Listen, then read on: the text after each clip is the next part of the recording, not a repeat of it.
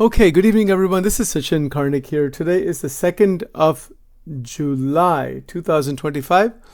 We're continuing our presentations on the foundations of Angel Wing, the technical workshops and presentations. We're continuing from last time to examine additional dimensions of cognitive dissonance. These are contradictions within oneself. And to pick up from last time, which was about 2 weeks ago, or I guess this was actually last week, because we had to switch the timing. So there is something called authenticity. You know, authenticity in relationships is a great quality. It's one of our quantum qualities, in fact. Authenticity reduces, and in fact, it can eliminate a tremendous amount of internal conflict and dissonance if we can learn how to tap into that. You know, authenticity involves honest self-expression and realization of where we are vulnerable. You know, so honest self-expression is the ability to be honest and be open with others without putting on masks. You know, so social approval may demand masking one's true self. That doesn't mean we tell everything about ourselves to everybody, but there is a way to go about being authentic without putting on too many masks and without diverting from one's genuine self. You know, so authenticity leads to better relationships. It leads to better self-awareness. It doesn't create resistance and friction inside.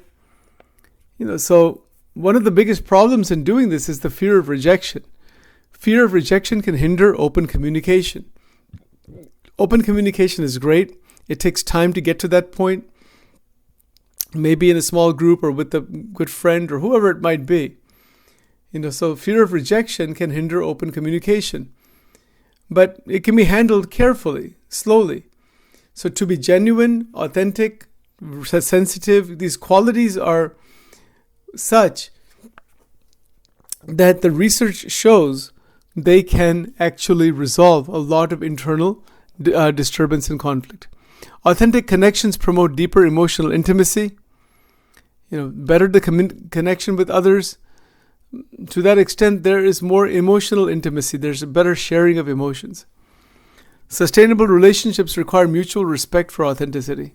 Right? So the entire relationship structure that we all have really can only be sustained in the long run with a genuine expression of oneself to others. So this is a very significant quality. Now, even those individuals who are on a spiritual path, those people who are trying to go into higher type of living, spirituality emphasizes inner peace and transcendence. You know, material success is measured by wealth, status, and achievements. So you kind of have two different currents there. How much inner peace and how much transcendence do we have? That is a way to measure spiritual growth. Can we be beyond all the limitations and pettiness and all those kinds of things that are going on to go above that? So spirituality emphasizes that higher transcendence. Material success is measured, as we know, by wealth, status, achievements. So society often rewards material over spiritual pursuits. And inner conflict emerges when both goals are pursued simultaneously. How can they both be pursued simultaneously?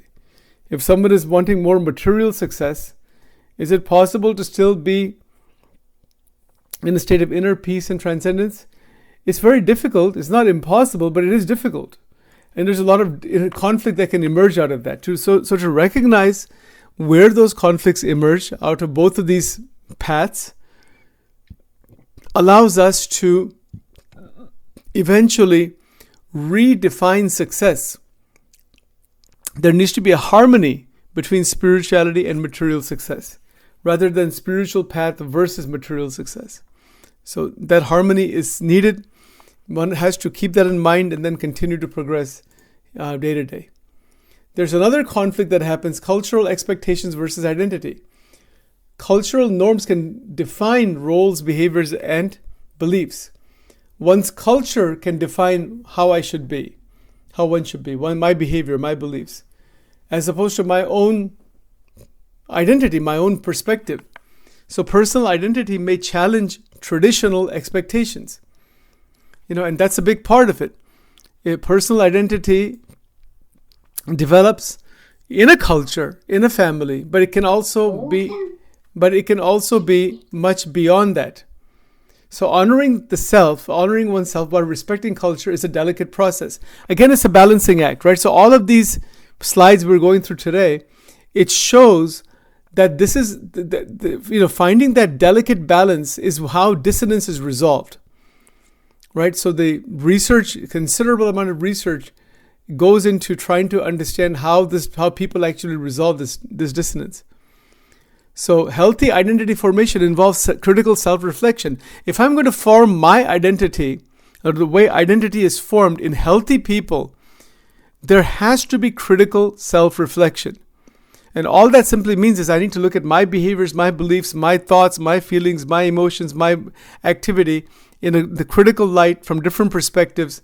If I can do that, then my identity is going to evolve further. Identity of human beings in general is better. So the general conflict here is cultural expectations versus one's own, independent identity. And there is a way to bridge that together. So whenever you see this versus sign, we want actually to build the bridge between the two. Right? Now, career versus calling. Right, this can happen. A career offers progression, stability, recognition. A calling feels like a moral or spiritual imperative. Some may have a calling to be an artist, but may not be suitable financially. That person could become, some technician or something else perhaps, which pays more money, but that's not their calling. So that's another example of cognitive dissonance or internal dissonance. Career versus a calling. Sometimes one's calling lies outside traditional career paths. Choosing a calling may involve financial sacrifice. It could happen, right? Easily. You want to pursue something that is your calling, but you may not make a whole lot of money out of it. So integrating both can lead to profound personal fulfillment. Again, finding a way to bridge these two together is critical. And that's a matter of research, matter of figuring it out. It's not the easiest thing to do. But to ignore one's calling is also not a good idea. And then just to go with one's calling without keeping practicality in mind is also not a good idea. So it's a practical balance between the two. And again, that resolves dissonance. Right? So belonging versus individuality. Belonging meets social and emotional needs. Yeah, we want to be part of the family, part of groups, part of this, part of that. It can meet social needs and our own emotional needs. We can belong. It's good. Nothing wrong with that. But on the other spectrum, individuality satisfies the drive for uniqueness and self-definition. I have my own uniqueness. That's not ego. Uniqueness is not ego. Uniqueness is my own way of progressing and my own vision of myself. I don't necessarily have to belong to groups or just go with the flow necessarily. Could be, but not necessarily. So group pressure can suppress personal creativity or beliefs. It can happen, right? If a child is born in a particular religious family and then they grow up, and then eventually they are pressured to follow that particular tradition, whichever tradition it might be. Doesn't really matter. And then that can suppress personal creativity unless the family provides for that. That can happen in a political domain, religious domain. It can happen with certain racial beliefs. It can happen in the caste system, like in India. It happens a lot there, right? So these kinds of points here are critical for contemplation regarding the need for individuality, at the same time to be part of groups and to be part of social circles without damaging personal creativity. It's a balancing act again. Excessive individuality may lead to loneliness. It's a loner. We can't fit in anywhere. That's not good also. Too much individuality, can't connect with others, can't talk to others, get into too much conflict with others. That's not necessarily a very good quality. But again, over involvement inside a group may feel comfortable, but you may lose individuality in doing that. So balance requires communities that support authentic diversity. How beautiful is that? If community centers, groups, even churches or synagogues or temples or social groups, family groups, can they support authentic diversity? That's not easy, right? Once you get into a group of some sort, then their goal is to put everybody into that group. And that's not easy. It's a tough one. Supporting authentic diversity is difficult because the group would have difficulty maintaining cohesion if it supports a lot of diversity, unless it's centered around the principles of diversity. So these are difficult questions, no doubt, but they are very powerful to think about. And that's why it's a bit technical also. Security versus growth. Security offers predictability and comfort. Yeah, we all need security in life. No doubt about that. But the growth requires risk, uncertainty, and stepping into the unknown. Stepping into certain kinds of situations where you don't know what's going to happen. But there's no way to grow unless you try that. Try something new. Try something different than what we're generally used to. So security versus growth. People often resist change to preserve security. I'm comfortable where I am. Okay, well, I don't want to change much of anything because then my security might not be there as much, and that's possible, right? With jobs, it happens, and other things like that too. So staying too secure may lead to stagnation. And we don't want that. So healthy development alternates between safety and risk. So it's a balance between these two. This is how dissonance is resolved. Because we've been talking about cognitive dissonance the last several weeks. This is how dissonance is actually resolved. Right? But it's an art. It's balancing, talking it out, thinking it out, trying out different ways. A tradition versus innovation. Very interesting. Tradition maintains continuity and cultural legacy. Yeah, we're brought up in traditions. There's different traditions. There's continuity, cultural legacy. But innovation allows adaptation and relevance in changing times. Times change, situation changes, innovative thinking, new ways of seeing things are also necessary. Tension arises in families, institutions, and societies between these two, tradition versus innovation. Innovators are sometimes seen as rebels or threats. Something new is coming up, but that may be necessary. So progress often requires honoring the past while creating something new. You got to honor the past, remember where we came from, but at the same time, don't bind oneself to the past at the cost of creating new ideas, new ways of seeing things, new ways of interacting with people. All right, so this is tradition versus innovation. These are all really fantastic, wonderful dichotomies that really can be harmonized together. Duty versus desire. Duty reflects obligation, often to others or society. What is my obligation, duty? Yes. Desire stems from inner longing and passion. I may want to do a whole lot of stuff. That is not my duty, or that's against my duty. So how do I deal with that? Conflict arises when duties block personal fulfillment. I will feel more fulfilled if I can do what I want to do, my inner longings, but my duties are blocking me from doing that. Let's say it's a parent who's raising kids or whatever. A lot of duties are there, but then the parents want to take trips, they want to do other things, but they have so much responsibility at home, so it becomes a balancing act there. Neglecting duty may evoke guilt. Oh, I didn't do what I was supposed to do. Neglecting desires, that we have, can lead to regret. I should have done this. I wanted to do this. I couldn't do it.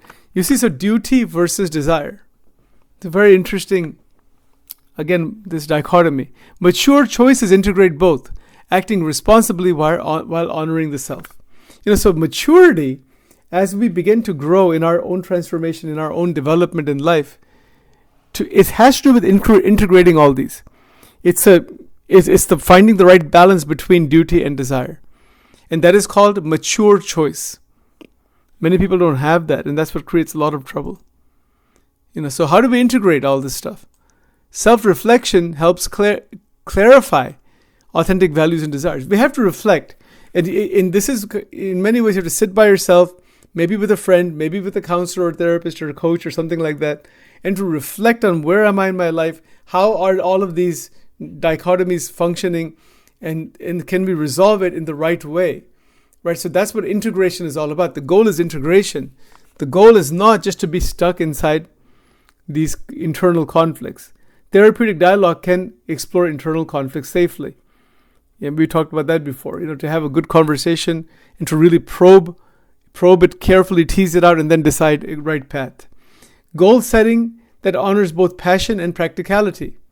Yeah, we have passions. We want to do so much. But what is the practicality? It has to come together. Right? So negotiating boundaries between self and social roles. Society is going to tell us to do hundreds of things. Family, society, extended family, everybody. Job people, whatever. But where do I stand with it? And what is my role in that community, in that situation, in the family, at work, wherever I am? So there's a boundary there between self and social roles. And to determine that boundary, to be aware of that, and then to negotiate that. That's called negotiating boundaries. If I don't negotiate it, I'll blur the boundary, and then I won't be happy myself, and I won't be happy with others also. It'll be a mess. Right? So living in alignment with one's core values reduces conflict. I need to know, what do I value? What are my values for family, for job, for my body, for my mind, for so many things? Where are my values? And then can I align with that? And then that way I can proceed further. Now, self-reflection promotes awareness of inner drives and values. Once I begin to reflect, and it's a kind of a meditative exercise, you can do it in a holy place, in a church or in a temple or something. You can do it at home in a nice, quiet, clean place. You do it in nature if you want, but by yourself, sit by yourself for a half an hour to do this. I want to reflect on my inner drives and values. Where are my values? What's really important to me? Because our mind is jumping all the time.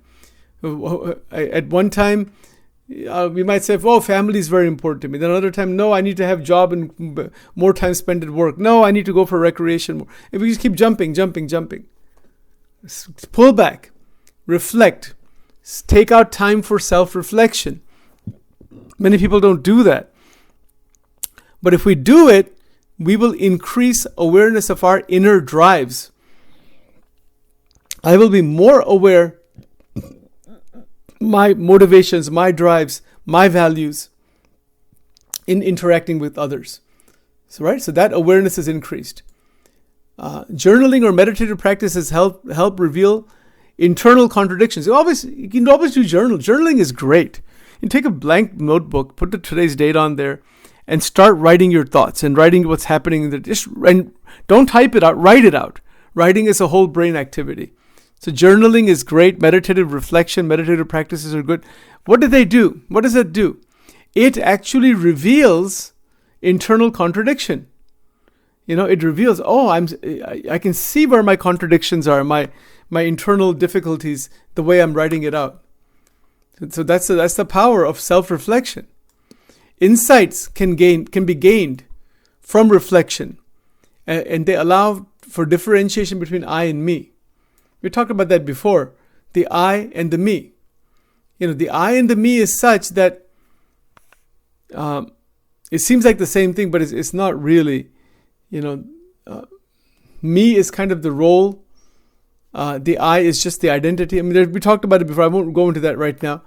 Some 3 or 4 recordings back, we looked at that in more detail.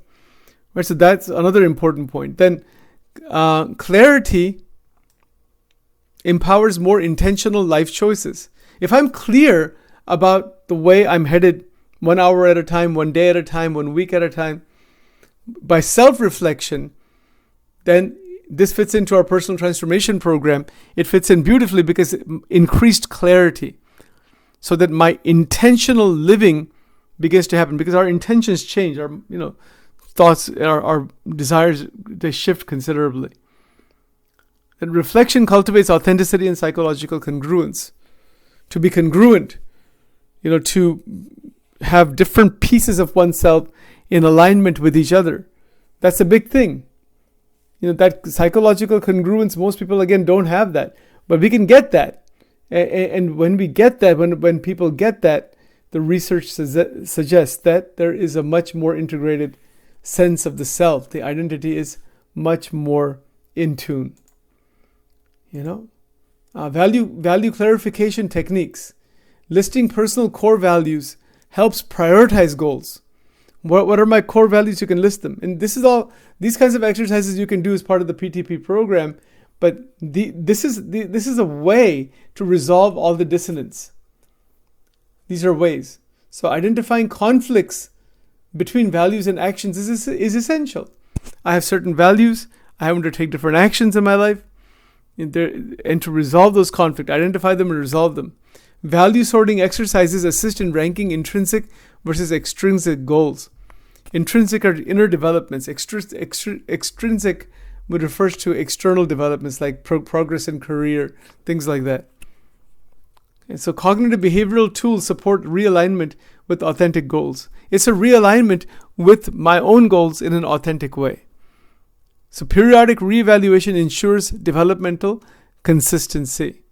You keep reevaluating periodically, and then my consistency begins to develop and evolve that way. Very, very powerful. Okay, so we'll skip this for now, and we'll stop here because I want to give some time for all of you to reflect. I don't want to cover too much material, as I promised I wouldn't do that. So these are all interesting points made so far, about these contradictory or these different kinds of ways that we're pulled in different directions, and to bring back into coherence. So I'll stop my presentation here. I just want to give you all an opportunity to make any comments, to make any reflections or anything else, and then we can take it from there.